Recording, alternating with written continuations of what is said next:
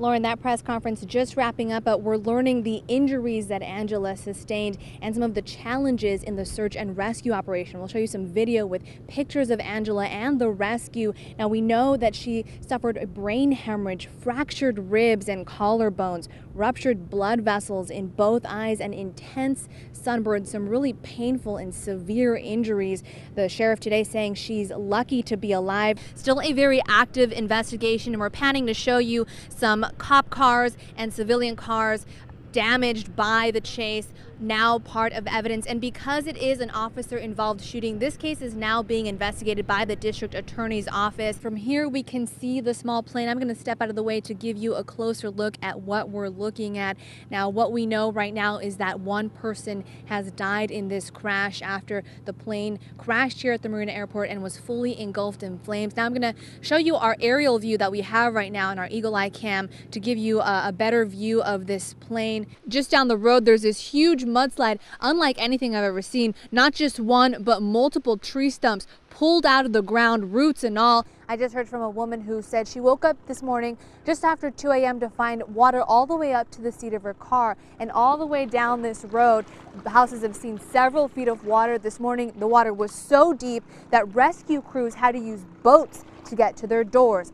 That's right, Aaron. The vigil is underway, and we'll show you that the gymnasium here is packed with people who were touched by Christian Rosales. This just goes to show how one shooting can make an impact on hundreds of lives.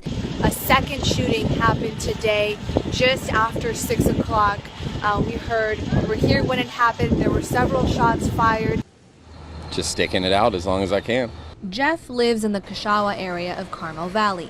His wife and 2-year-old daughter left when evacuation orders were issued over the weekend, as dozens of bulldozers and fire trucks moved in to get in front of the Sobranes wildfire. And they cut off the power to some of us, so our wells went out. You know, we can't pump our own water at our places, so that kind of bummed me out. But you can still put up a fight.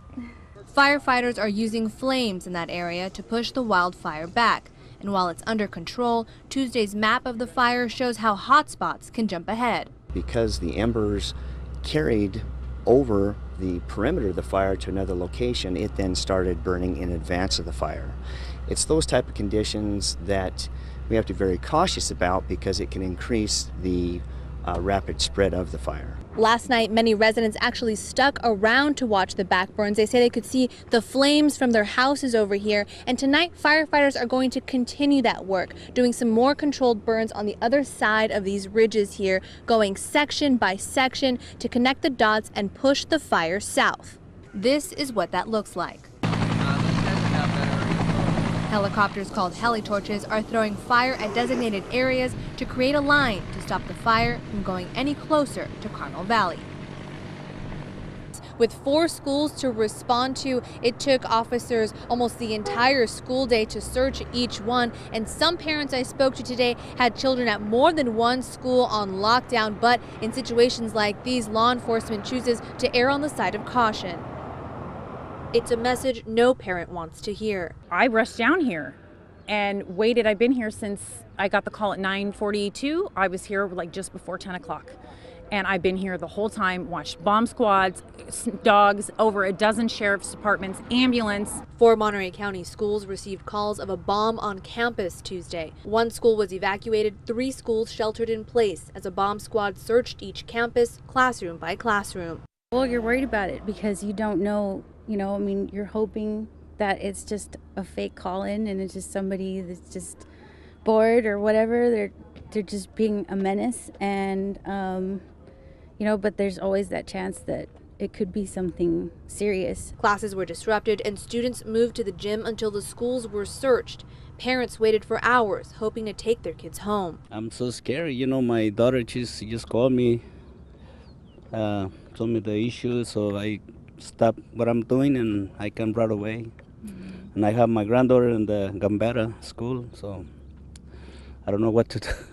I know it's for the safety, but you should let them out, because in there it's not safe. No bombs were found on any of the campuses, but the sheriff's office says they will continue to investigate, as even prank calls threaten public safety.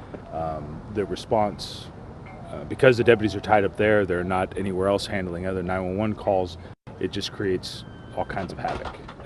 It's not a funny thing. It's not something that we take lightly, which is why we had the response that we had, and which is why we will seek whatever charges we absolutely positively can once we identify the person that did this.